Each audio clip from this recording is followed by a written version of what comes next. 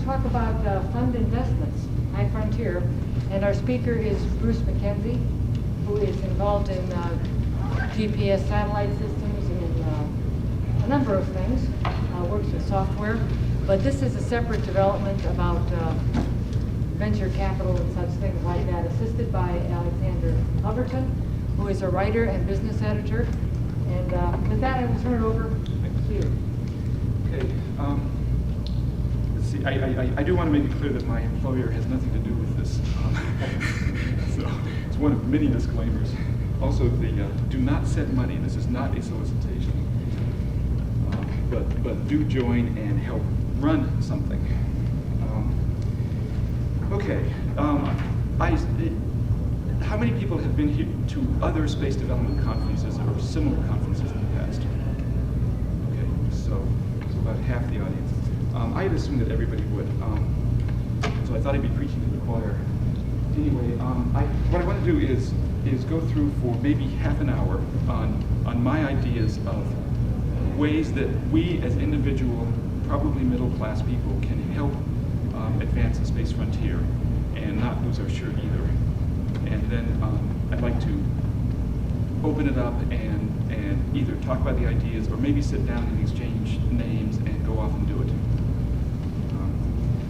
But just as a reminder, some of the reasons that people might want to go into space. I didn't put science here, and it was actually an accident that I omitted science as reasons to go to space. But it sort of makes sense because I'm talking about people going into space eventually, and living in space, working in space, extending civilization into space, space settlements, reducing the dependence on one planet for the existence of society. And I just listed some of the reasons. I expect you know them already, but let me point out a couple of them. A lifeboat for humanity or lifeboat for all life.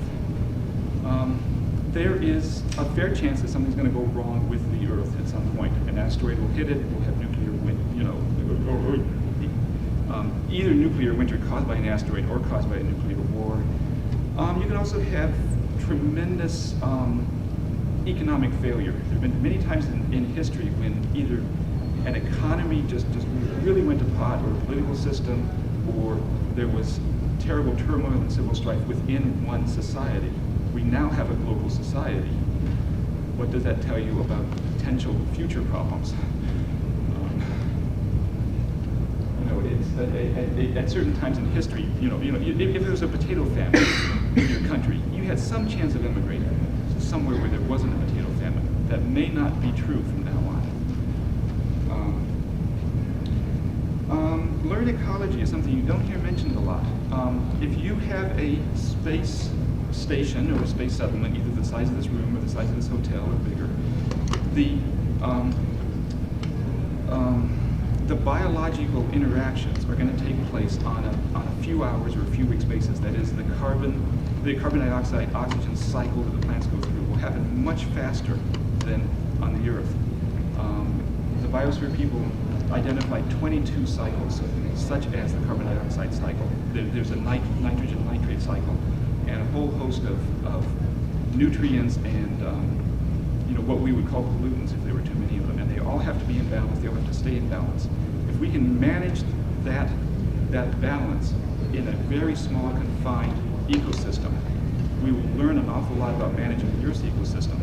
And if you're in a space station and the carbon dioxide gets out of balance, you turn some valves, you release the emergency oxygen, you survive, or you abandon ship and go next door. But you can't do that for the planet Earth. And the Earth's biological cycles take years and centuries to play out. If we make a mistake in one of these areas, like too much carbon dioxide in the atmosphere, it may take centuries to correct it. And we don't have a safe haven to wait for those centuries. Some people would say we're destined to spread, or that life is destined to spread, or that we should. That's almost a theological argument. But anyway, this is why I'm interested in this. Whoops. I think humanity is going to get out into space, or some life as a whole is going to get out into space, and I want my kids to be able to be part of it if they want to be, and I want to help it happen sooner. Okay, I sent out a note on email a year ago. By the way, I've been thinking of these ideas for about 2 years, and they've sort of jailed within the past year. Oh, Alex, I'm glad you're here. Okay, so somebody responded to a question of mine. My question was, if you start up an investment fund and everybody pools their money and you invest in businesses, could at least one descendant of every investor emigrate to the space colony someday? Run by that fund, or that somehow enabled by that fund. And I got this response that says, if you can build it up to the point where you're about this, some fraction of the planetary society, and you put money away the way people do for retirement or college, you can get a lot of billions of dollars, either built up or loaned to, and you could go off and actually form a company that runs, something, like a moon base, a launch system, whatever. Now, I'm not sure that's the way to go, but those numbers were impressive. Well, why doesn't this happen? By the way, I'm also trying to fine-tune this talk for audiences slightly different than this, so give suggestions, either privately or... When you say leverage, what do you mean by that? Borrowing money. That is, a bunch of investors could form a company, and the company can borrow money as long as they have a good business plan, where the people who loan the money think that the loan will be repaid with interest. Here's some of the reasons that it hasn't happened. People have been led to believe that doing things in space are expensive. It's to the aerospace industry's advantage to keep that perception. Frankly, if you are a manager in some big government or civilian program in any country in the world, it's to your advantage to make your program look hard to do, so that you can have lots of workers, so that you can have a nice margin, so that you have extra people working on it to have a bigger chance of success. As well as all of us knew in grade school that all the planets are barren. Venus is too hot, Mars is too cold, you can't breathe the atmosphere in any of them. Jerry O'Neill showed us that we can assemble our own settlements. Or, and Zubrin is talking about, I don't know what he's talking about now, but he has been talking about terraforming and producing oxygen on Mars. Anyway.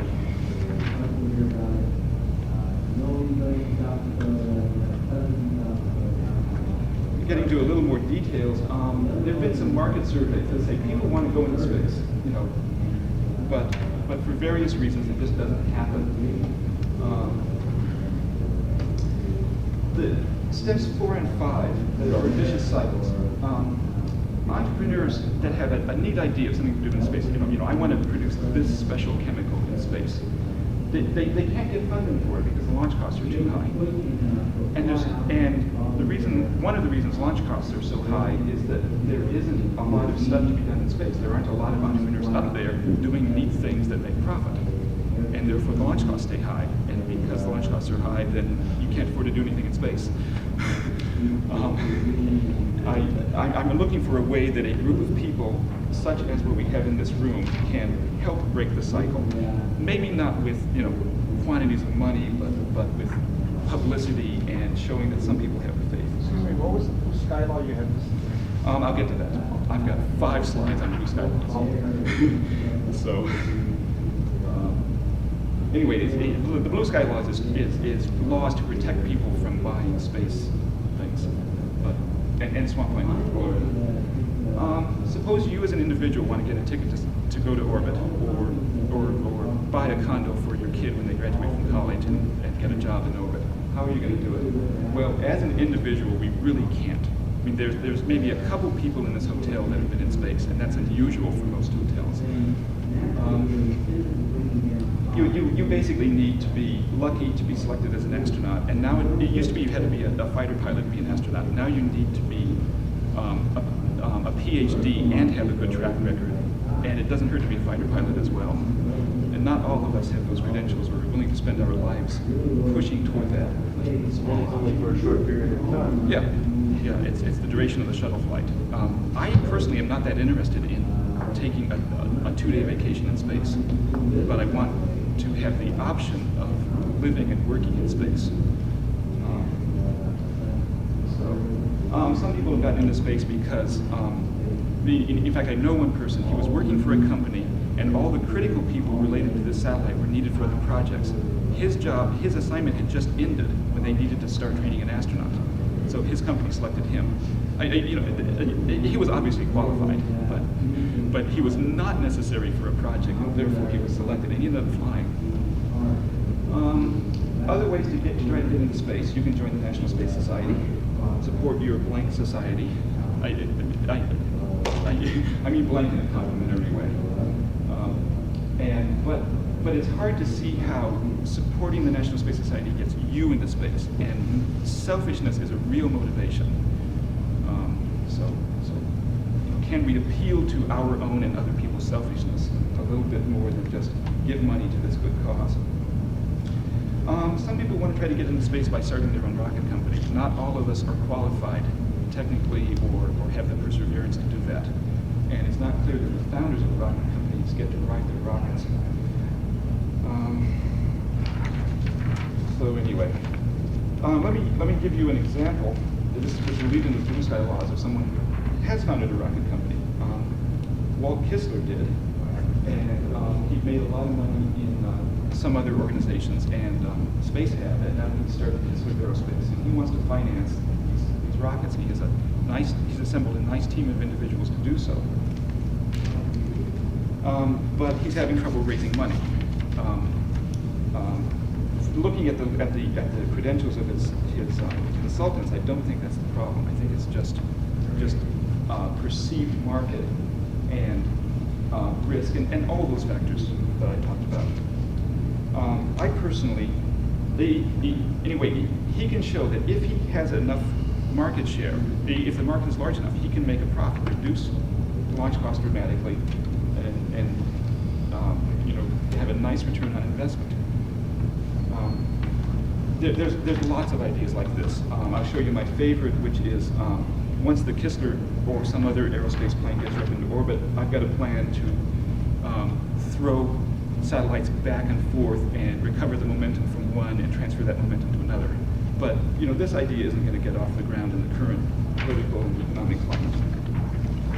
My point is that there are lots of good ideas out there that would dramatically reduce costs. Okay, one of the reasons that these privately financed companies cannot, they have trouble getting financing is back in the 20s, businesses in general were just booming, and everybody thought that you could invest money in almost anything and you wouldn't lose it, and you might make a tremendous profit, and they were generally right. But some people went around selling really bad ideas, like I've got a real estate company that's going to sell this great land in Florida. Of course, they haven't drained the swamp yet, but they didn't tell the investors. And they got a lot of investors to put in a lot of private citizens to put in their life savings, and they lost it.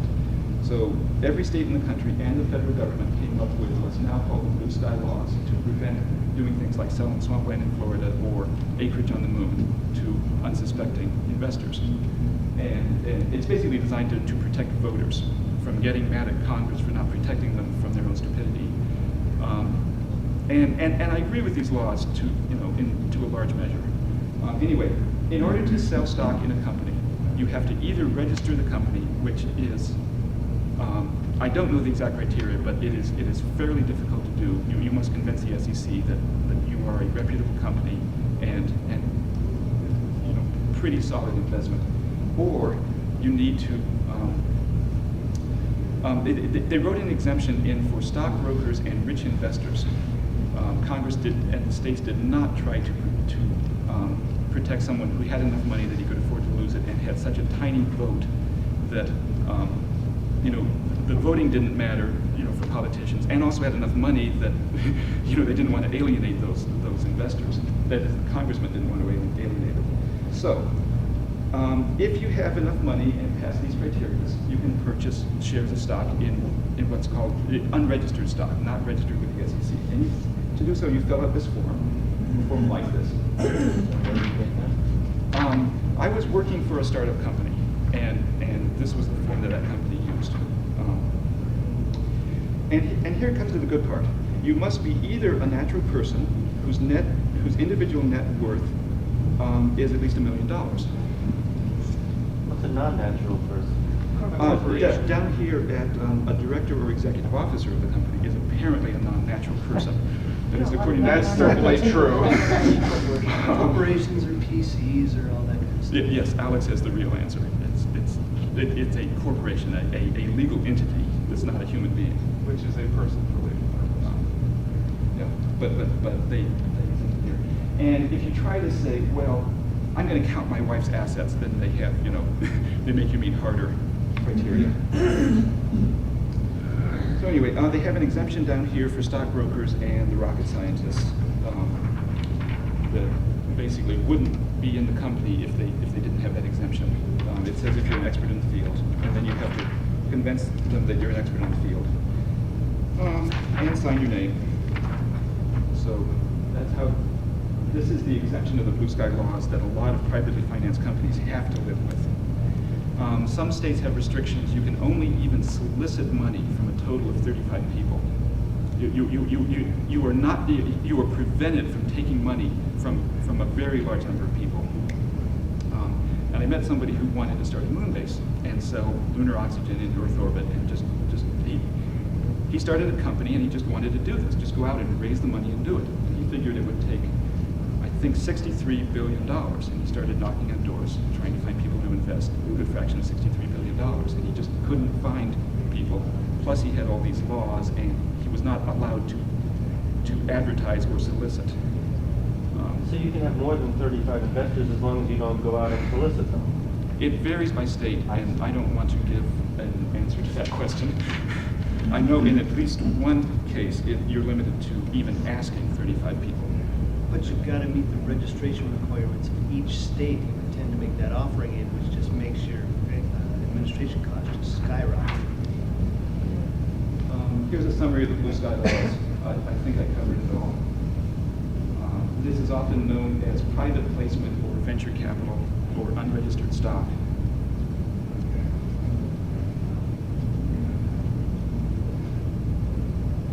Oh, also, the investments of each investor should not exceed 20% of their net worth in each specific company.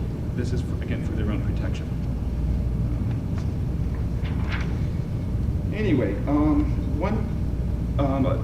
a year and a half ago, I discovered a way around this, provided you only, where people with less than $1 million can group together, pool their money, and do something, but you are restricted to only buying registered stock. And it's called an investment club. It's very similar to a mutual fund, but it doesn't take as much paperwork as a mutual fund. And Alex and I want to start these clubs.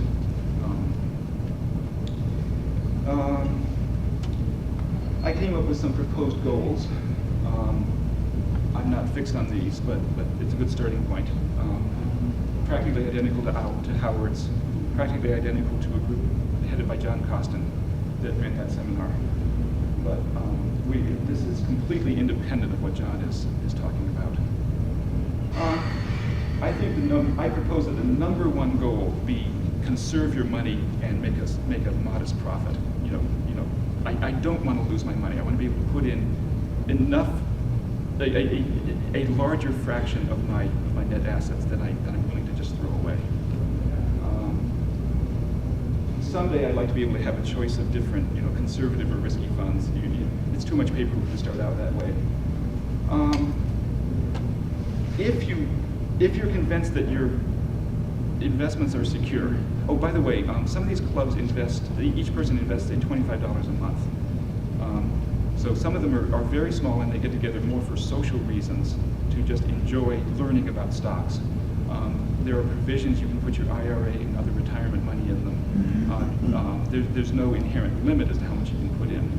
But you don't really want a real mismatch. You don't want 90% of the people putting in $25 and like one person putting his life savings in.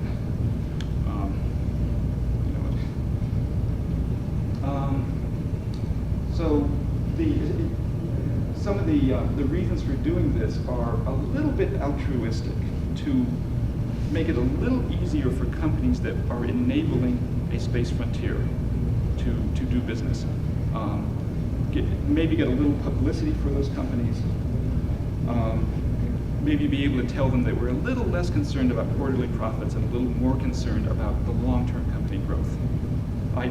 I don't expect we would have much effect on that, but I think any effect is the right direction. And sometimes a tiny group, if they get publicity, has an effect far out of proportion of their size or their money. So if we can get some fraction of the astronauts when they're doing public speeches to just kind of mention, oh yeah, I know of such a club that is doing that sort of thing, you can get a lot more attention. Focusing attention on the potential of space. If other investors, companies, and congressmen see that there are some fraction of the American public that really are investing to take a trip to space or to help out space industries or to let their kids go to space, it just helps focus attention on the potential that yes, someday people can live in space or the companies can make a profit in space. And I have a dream that someday an outgrowth of these clubs would form a company and actually go out and do something, something like what was done in colonizing this hemisphere. There were many cases where a group of people banded together and formed a company for the purpose of starting a colony, or a profit-making company actually went out and found people to man, like a settlement that they wanted to start. Yeah, are those investment types still permitted? I believe they were called joint stock companies at the time. I don't know, and it's far enough off in the future that I didn't spend time researching it. There's joint stock companies all the time. The Lockheed Punjab Energia thing, that's a joint stock company. So they're still around. Alex, can you come closer to us so we can hear you? Oh. Not meaning to hide back here. I think it would be possible to make a profit even if you don't put all your money at risk on, say, launch companies. And I made a list of some technologies that could be invested in that would help enable space settlements or just doing business in space. And only the first two are really subject to the cyclical variations in the aerospace field. First three. But there's a lot of businesses here that make a profit on Earth. And advancing those industries would also incidentally be useful in doing almost anything in space. Cryogenics, just to pick an example, hospitals use liquid oxygen all the time. A lot of companies use liquid nitrogen. It's not just, so a company that just makes cryogenic valves is in this list. All kinds of sensors, controls, electronics, telepresence. Another possible investment is secured loans. This is where a small company that does not have registered stock needs to buy something. They need a lot of money to buy some piece of equipment to make their next product or to expand their production. And that piece of equipment has inherent value whether or not the company survives. They often take a loan to buy that equipment. And I'm not aware of any reason that a investment club could not give such a loan. It's not normally done. And the secured part would be the stock that we buy? Yes. If you make a secured loan, you are, quote, guaranteed a fixed interest rate. It does not go sky high like a stock. It does not, go down to zero like a stock can. But the company will repay the principal plus a specified interest. If they do not repay it according to the terms of the contract, then you can go in and take that piece of equipment and sell it. Well, in our case, now in actual practice, you negotiate with them, say, I'm going to take that piece of equipment unless you pay. right. So in our case, What would be the secured piece of equipment? Okay, I'm not sure I want to be on record saying this, but I heard a story that Luna Corp, which wants to put a rover on the moon for entertainment value, was starting up by taking NASA movies and putting them on CDs. They were ready to cut their CD master and produce their first so many thousand CDs, and they had a certain number of orders in-house ready to be filled, and they needed to pay the CD company a certain amount of money to do this. So that could have been a secured loan, secured by the CDs. It can be as little as people are buying a Macintosh so that they can, run their company and in that case, that Macintosh is the asset that you can possess. It could be major production facilities of almost any kind. What I'm not industrial clear on, machines. Bruce, is if we're, say, an investment club or an investment organization, what is the thing that we can secure? Okay. The members, the partners in the club, that is, let's say us, have put money into the club. Then the club, as a partnership, makes a loan to a company to buy a piece of equipment. Oh, so And- we can make secured loans.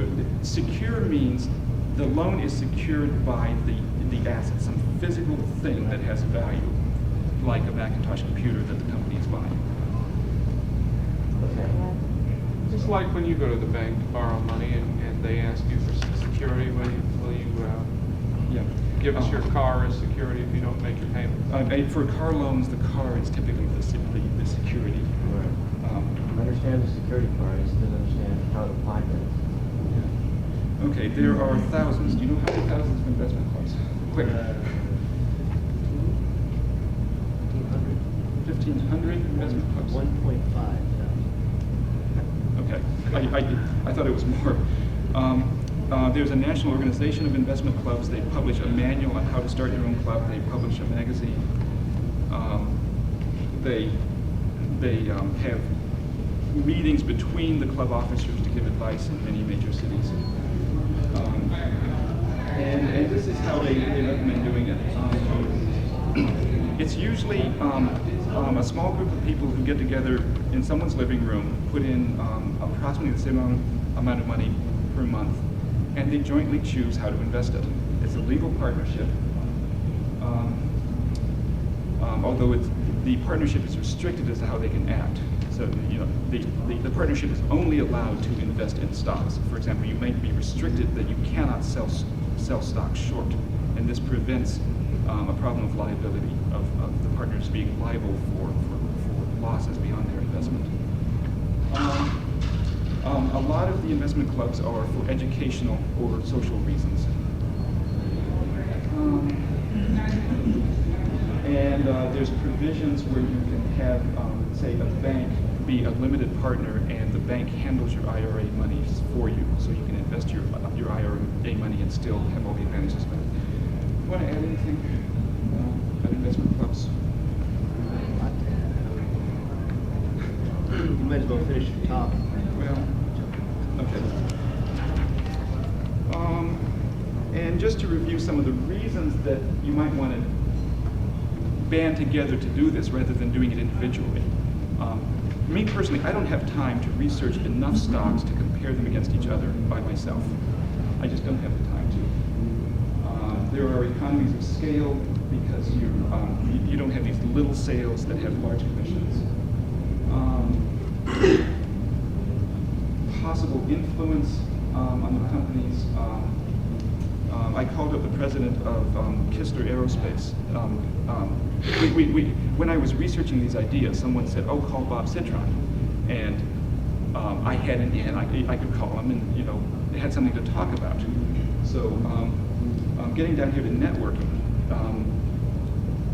it's some people, for either professional reasons or just because it's fun, want to meet people in the field, and this is a way to give yourself a little more credibility. The companies don't always like it. Sometimes anybody who owns stock in the company feels that they can walk in and take the president's time. So that's another reason some companies don't want a lot of investors. But you certainly can get attention. You could call up the companies that you have invested in and say, would you please send us your annual report, which they're supposed to send anyway, or please send us information, or whatever. Also education, mutual education on investment or on other topics. Okay. When I first proposed this, I said, well, let's make this closely affiliated with the National Space Society and some other organizations. And you don't want to do that for legal reasons. NSS does not want to be involved in this, but they say it's okay to recruit people at conferences and things like that. A lot of these organizations are nonprofit status, and they need to protect that status. But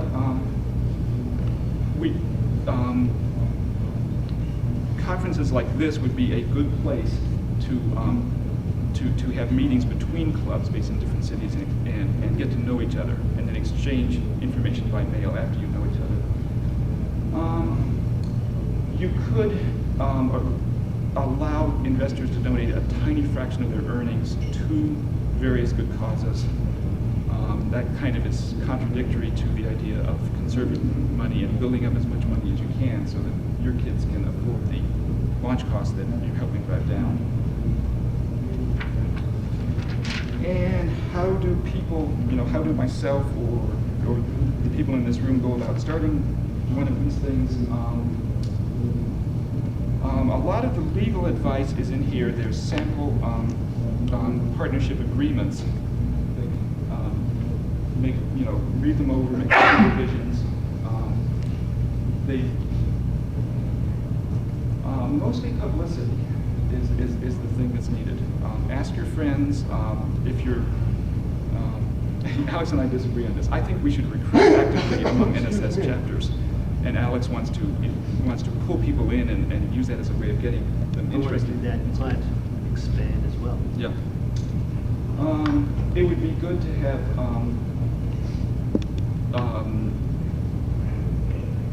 everybody that you know chatted up with all their friends. You need to find a bank, find a stockbroker, choose. I think they're called presiding officers. Basically, the people within the group to do specific functions, the secretarial functions, the accounting functions, the stock selection. A lot of these stocks work by somebody comes in and said, I know of this company that is going public, or their stock just recently did this, or they're coming out with a new product. Let's look into them. And the whole group says, okay, why don't you look into them because you're enthusiastic, and come back next month with the annual report and having done a little bit of homework on the market, and you all talk about it, and then decide whether or not to invest in that company or a company that another person has researched. So it's a good way of sharing information, learning about the industry without doing all the research yourself. And I think I'm about done.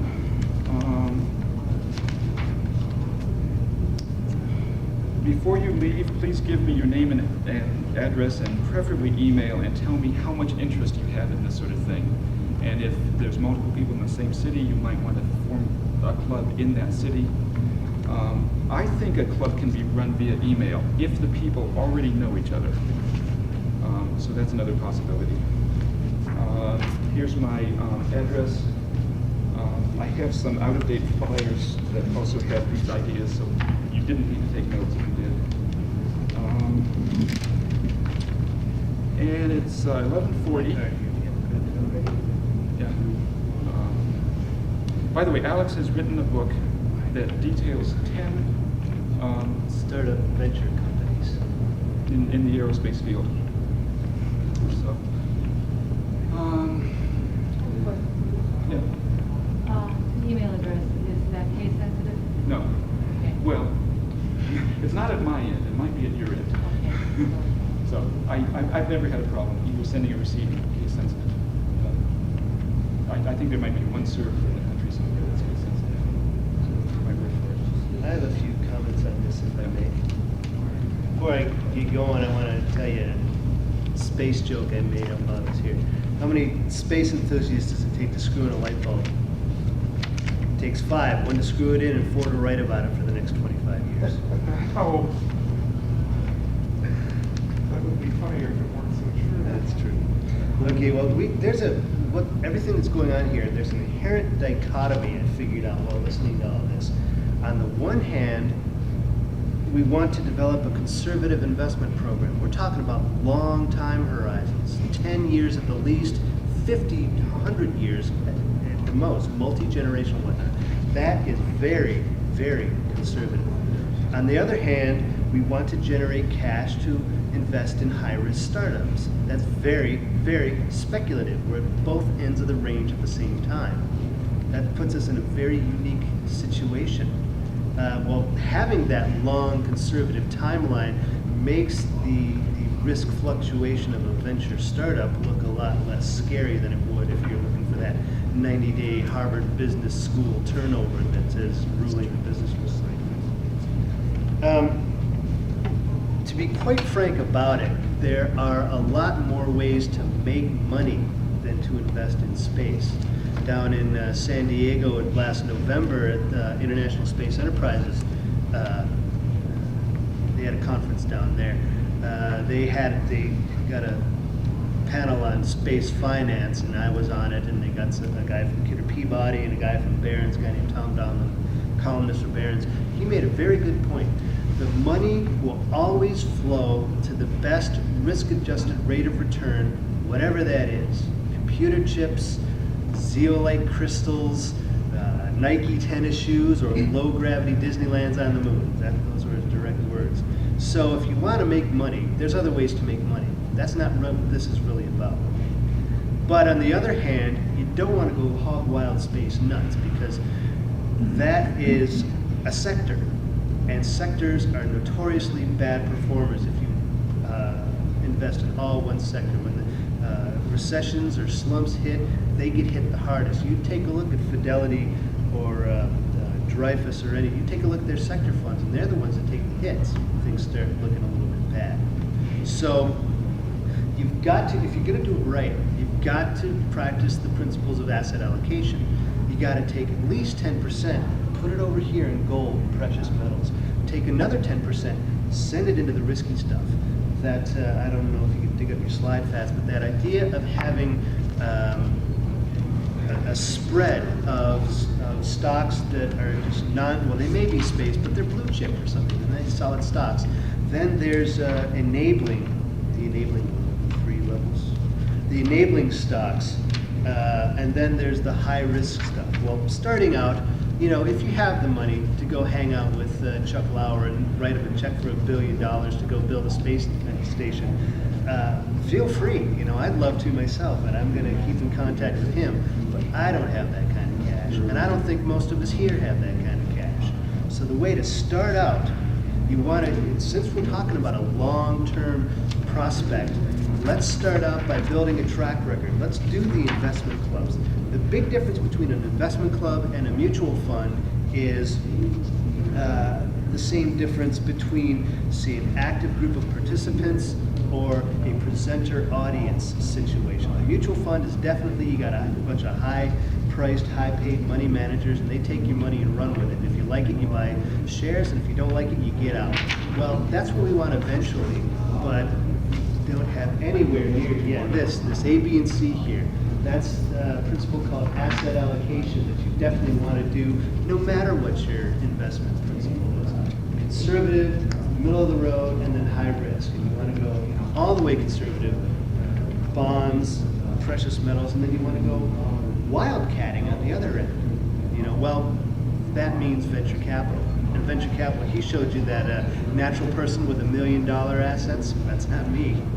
So what you have to do is build up the assets, build up the track record.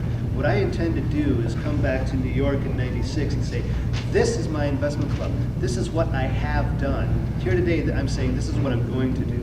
Next year, I'm going to say this is what I have done. The year after that, I'm going to say this is what I have done. Or we, it's a we proposition. That's the thing about an investment club. It should be a we effort, not an I effort. I've got my IRA and I'm going to keep that going. I'm doing my own thing in there, but I want to get together with a bunch of active participants who, well, I'm a space nut, have a few space nuts, have it all be space nuts, that's fine. But also, this would be an investment club would be a wonderful tool to spread the word. If I may be rather harsh for a moment, we're getting rather inbred here with this crowd. You know, it's a bunch of dumpy white males who are wondering why we're not in space yet. And I'm one of them, I gotta confess. We've gotta expand the circle here somehow. Not everyone is, well, everyone loves Star Trek, but not everyone is necessarily interested in actively participating in developing space. But almost everyone is interested in stocks and business and what money does and making more money. So with both of those working together, you could bring in people into a given club in your location. You start maybe with a core group of 3 space nuts, but then each of you invites one other person, maybe somebody you've been talking to that is receptive to the space ideas and maybe knows something about it but isn't gung-ho like us. And that'll do 2 things. 1, it'll spread our word a little farther wider. 2, it'll give a balance to our propensity to probably want to just go all space or something like that, which I think is a necessary balance. Right here, in terms of personality, everyone in this room is definitely number C, or letter C. We got to get some B's and some A's in this crowd as well if we're actually going to make something happen. So after a good 5 years, Bruce is going to get something going in Boston. I'm going to get something going in here. I talked to Barbara Harris, who's thinking about getting something going down in Orlando. John Costin's doing his thing, although, you know, if you want to talk to me privately, I have my doubts about that. After we establish our personal track record over a period of, say, 5 years, we'll definitely keep in contact across these different groups, and then maybe have a meta group, which at first is just an information exchange, but then we can take certain assets from each of the individual companies and then invest it in this email organized meta investment club. And then once the assets build up enough and we have that $1 million and we have the ability to hire accountants to do all the SEC regulations, then we can go all the way into a mutual fund, and then we have the venture capital. But that's at least 5, if not 10 years down the road. In point of fact, Alex, the story comes to mind about you have a pile of materials to turn into food, and a good cook makes it taste fabulous, and a bad cook makes it inedible. So in some degree there has to be some expertise involved in analyzing companies that some of us may not feel competent in terms of an investment club. That's the point about that you made in terms of having experienced investors at least leading, if not managing something like that. I mean, you can talk to the people in the club, but I would feel less confident at looking at a balance sheet or an annual report and deciding if that's a good company to invest in or not, even though I might like the products that they're producing.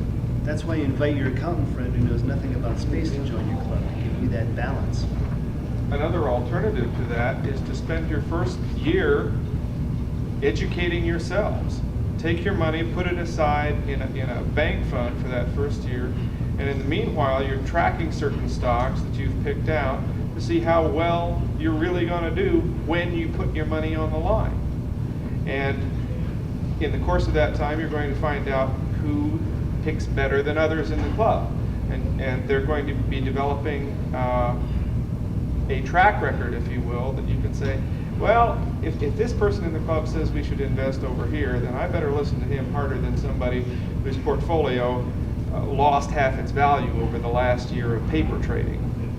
That's the NAIC paradigm. Each member of a club picks 1 or 2 companies to follow really closely, and then at each meeting you talk about 1 or 2 or 3 of them, and after all that information is presented, you take a good hard cold look at the balance sheets and stuff and take a vote. Do we actually put money into this club?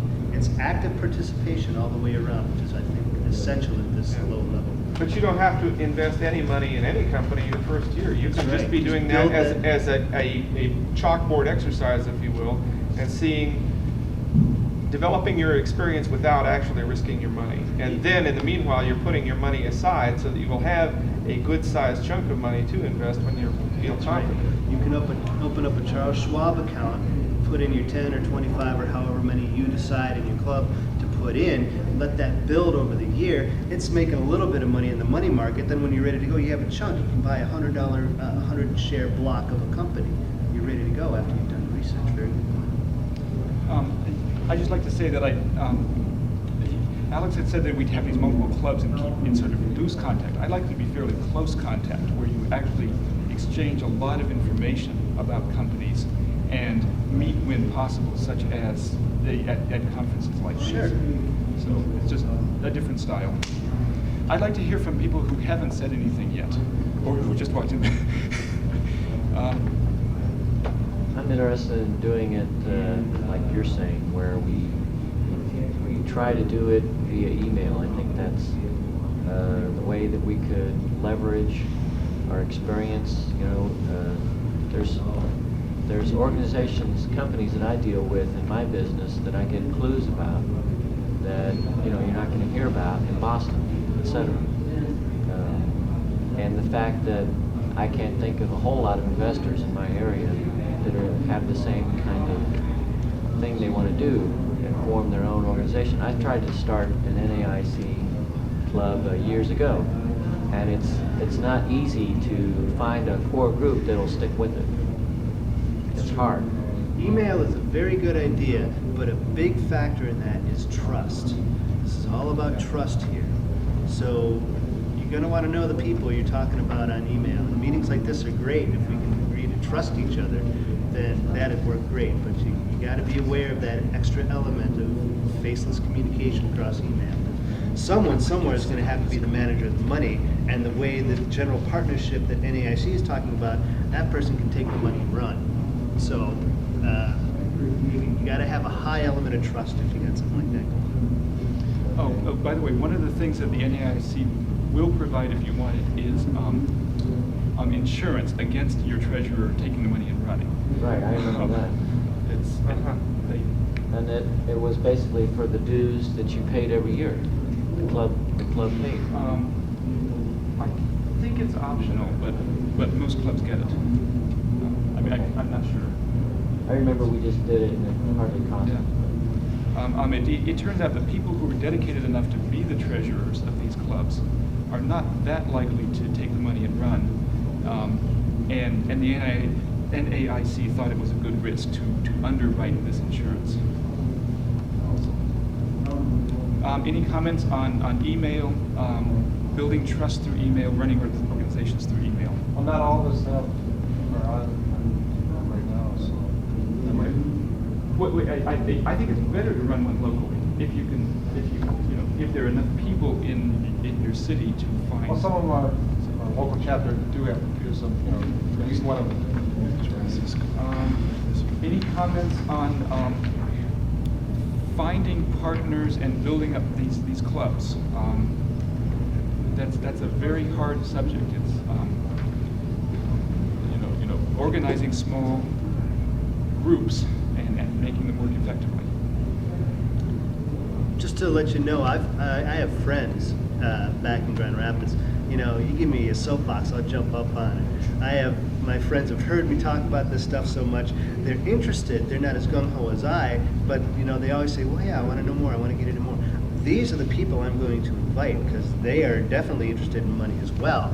And so they're going to be a good balance to me. I can get up on my soapbox about space. They can come to me and anchor me and talk about businesses and industries they're interested in. We're probably about out of time. It's 5 till. Yeah. And, Last comments? I think this is basically the direction that people who want to go have to evolve in. We're going to have to adapt or die. For the longest time, NSS people and NSS-like people have spent all their time concentrating on technical issues and not enough time concentrating on the real world. And we are really vulnerable to people who know economics better than we do. That's right. Look at Geostar. Look at Gerard O'Neill and Geostar. He just got chewed by the sharks because he didn't have the financial fundamentals behind him, and he died poor and unhappy because of it. It's really regrettable, but that's what happened.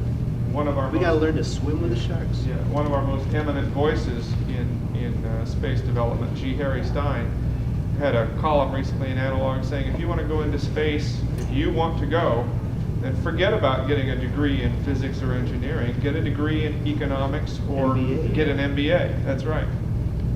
That's what David Thompson did. I'd like to conclude by saying I think it's time for us to band together and do something. It doesn't. You don't need to be an engineer to do it, and encourage everybody else to join us. But it's. I wouldn't mind seeing if a generation from now that my kids have enough money and that launch costs are low enough and there's industries in space that they can get a job if they choose to. And it's too bad if someone else's children don't have that opportunity. They're welcome to join us, but I think it's time for us to do something. And this is one of the possible ways that we can.